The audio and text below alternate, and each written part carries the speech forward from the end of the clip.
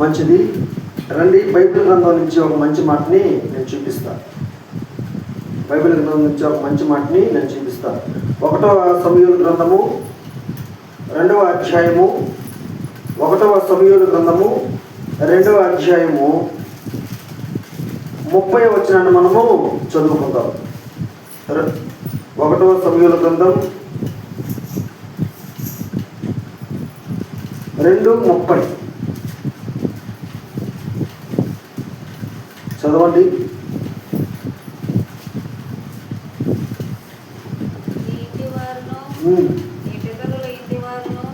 నా సన్నిధిని యాజకత్వం జరిగించుదురని యెహోవా ఆజ్ఞ ఇచ్చి ఉన్నాను. ఇప్పుడు జరిగించునని యెహోవా ఆజ్ఞ ఇచ్చి ఉన్నాను.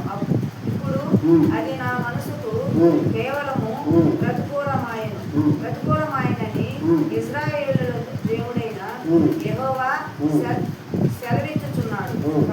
కావున యెహోవా వాక్కు ఏది అనగా, నన్ను గణపరచు వారిని నేను గణపరచుదును. చాలు. దేవుడు ఈ వాక్యముని దీవించి ఆశీర్వదించును గాక. ఈ వాక్యాన్ని ఇక్కడ ఉన్నటువంటి దేవుని బిడ్డ హృదయంలో ఉంచును గాక. నా శాపము బాపిన రక్షణతో నా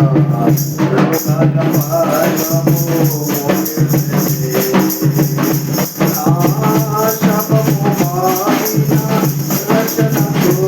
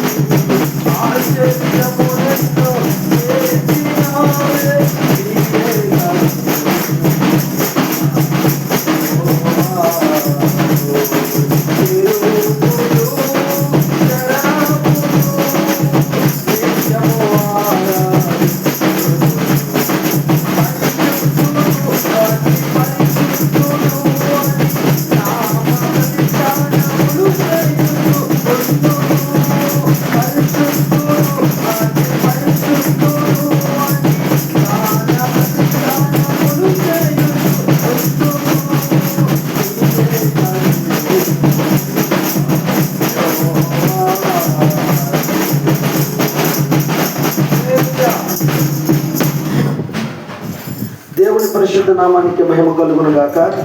ప్రియమైనటువంటి సహోదరి, ప్రియమైనటువంటి సహోదరుడా, మనము 40 రోజులు ఉపవాస దినములు, గుడ్ ఫ్రైడే, ఈస్టర్ కొరకు జరుపుతూ ఉన్నాము. అయితే మనం ఈరోజు 17వ రోజులో ఉన్నాం.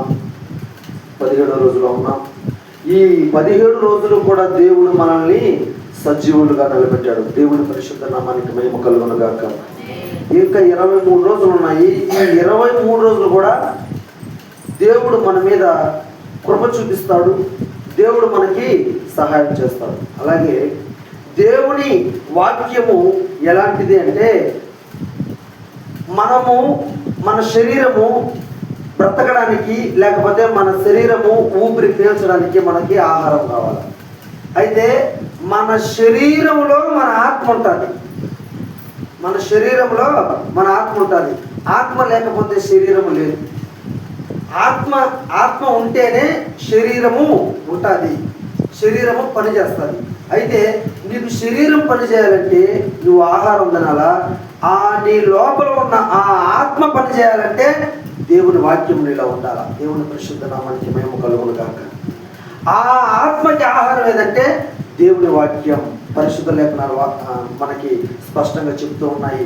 మనము 1వ సమూయేలు గ్రంథంలోని 2వ అధ్యాయంలోని మనము ఒక మాటను మనము చదువుకున్నాం. ఏంటి ఆ మాట అంటే, నన్ను ఎవరైతే గణపరుస్తారో, నన్ను అనగా ప్రభు అయిన యేసు క్రీస్తుని ఎవరైతే గణపరుస్తారో వారిని నేను గణపరుస్తాను అంటున్నాడు. దేవుని పరిశుద్ధ నామానికి మహిమ కలుగును గాక. హల్లెలూయా. మనము దేవుణ్ణి గణపరిచేవారిగా మనం ఉండాలి. దేవుణ్ణి మనము స్తుతించేవారుగా మనం ఉండాలి.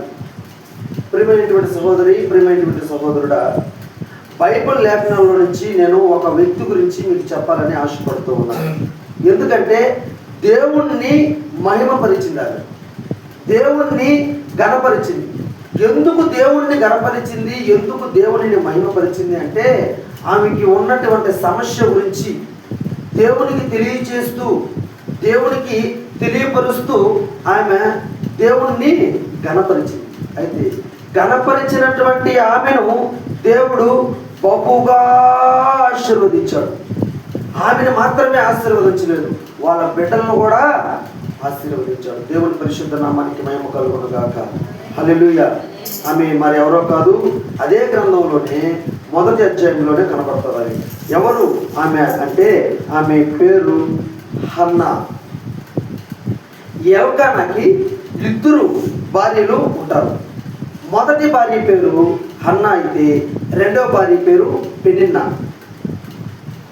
ఈ ఎల్కానాకి ఈ 2 భార్యలు ఉండగా పెనన్నా అనే ఆమెకి బిడ్డలు సంతానము కలుగుతుంది. అయితే హన్నాకి సంతానం ఉండదు, అంటే పిల్లలు ఉండరు. ఎంత ప్రయత్నం చేసినా పిల్లలు జన్మించరు, ఎంత ప్రయత్నం చేసినా పిల్లలు పుట్టరు, పిల్లలు కలగరు హన్నాకి. అయితే పెనిన్నా రోజు అవమానపరుస్తూ ఉంటుంది. ఎందుకంటే నాకు పిల్లలు ఉన్నారు, నీకు పిల్లలు లేరు అని. అయితే హన్నాకి వచ్చినటువంటి సమస్యని, హన్నాకి ఉన్నటువంటి బాధని దేవుని మందిరంలోకి వచ్చి హన్నా హృదయంలోనే, అనగా తన మనసులోనే దేవుడిని గణపరుస్తుంది. దేవుని పరిశుద్ధ నామానికి మహిమ కలుగును గాక. ప్రియమైనటువంటి సహోదరి, ప్రియమైనటువంటి సహోదరుడా, నీకు ఏదైనా కష్టం ఉందంటే అది ఆర్థిక సమస్య కావచ్చు, లేకపోతే అనారోగ్య సమస్య కావచ్చు, లేకపోతే ఇంక ఏ సమస్య నీలో ఉంటే దాన్ని నువ్వు దేవుని మందిరంలో దేవునికి స్తుతిస్తూ దేవుని నువ్వు గణపరిస్తే దేవుడు నీకు అద్భుత కార్యం చేసేదానికి సమర్థుడు. దేవుని పరిశుద్ధ నామానికి మహిమ కలుగును గాక. సమూయేలు గ్రంథంలోని 1వ గ్రంథం 1వ అధ్యాయంలోని 10వ వచనం చదువుదాం ఒకసారి. ఆమె ఎలాగా దేవుని మందిరంలో గడిపింది, ఎలాగా దేవుడిని గణపరిచింది చూద్దాం. 1:10. బహు దుఃఖాక్రాంతురాలై వచ్చి యెహోవా సన్నిధిని ప్రార్థన చేయుచు బహుగా ఏడ్చుచు. దేవుని పరిశుద్ధ నామానికి మహిమ కలుగును గాక. హల్లెలూయా. ఆమెకు ఉన్నటువంటి బాధ ఏంటంటే పిల్లలు కలగలేదని. అంటే పిల్లలు కలగాలి అయ్యా, నాకు బిడ్డలను కలిగించు, నాకు సంతానం కలిగించు అని ఆమె దేవుని మందిరంలోకి వచ్చి బహు దుఃఖాక్రాంతురాలయ్యి ఆమె ఏడ్చి దేవుడి సన్నిధిలో మొక్కుకుంటా ఉంది, అనగా దేవుడి సన్నిధిలో దేవుడిని గణపరుస్తూ ఉంది. ఆమెకు ఉన్నటువంటి సమస్యతో. దేవుని పరిశుద్ధ నామానికి మహిమ కలుగును గాక.